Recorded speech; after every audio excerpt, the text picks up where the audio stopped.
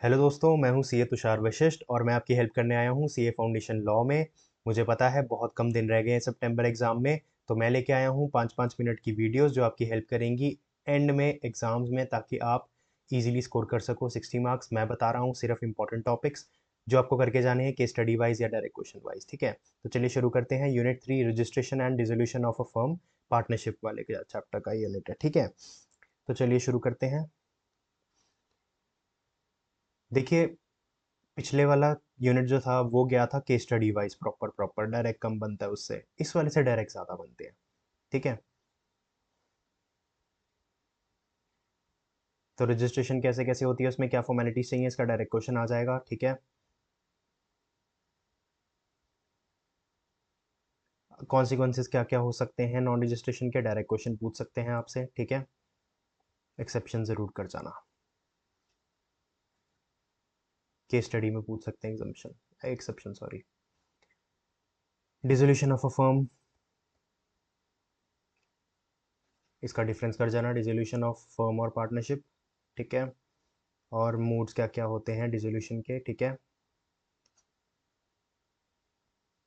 इन पे case study भी मैंने देखी हुई है कि कोर्ट का ऑर्डर आया था डिसॉल्व करने का, तो उसमें क्या क्या होता है। ऐसे जैसे एक केस स्टडी मैंने देखी थी कि 3 पार्टनर्स थे, उनमें से 2 बंद करना चाहते थे लेकिन एक फर्म बंद नहीं करना चाहता था। तो क्या होता है, आपको मेजोरिटी चाहिए होता है डिसॉल्व करने के लिए। ठीक है, अगर आप इसको डीप में चैप्टर पढ़ा होगा तो आपको पता होगा मेजोरिटी चाहिए होता है, मतलब मेजोरिटी नहीं, सॉरी सॉरी वर्ड यूज गलत कर रहा हूँ, मेजोरिटी नहीं, ऑल वोट चाहिए। ठीक है, आपको सबके वोट चाहिए, अगर सारे बोलेंगे डिसॉल्व करना है तो ही पार्टनरशिप डिसॉल्व होगी। ठीक है, मेजोरिटी काम नहीं करती यहाँ पे।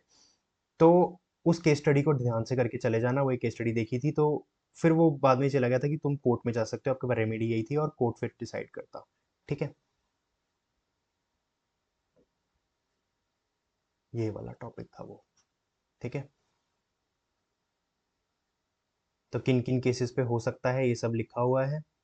ठीक है, ये सब कर जाना, और मैं बता रहा हूँ केस स्टडी वाइज ये चैप्टर बहुत इंपॉर्टेंट बैठ जाता है। कॉन्सिक्वेंसेज ऑफ डिसोल्यूशन क्या क्या होते हैं। ठीक है,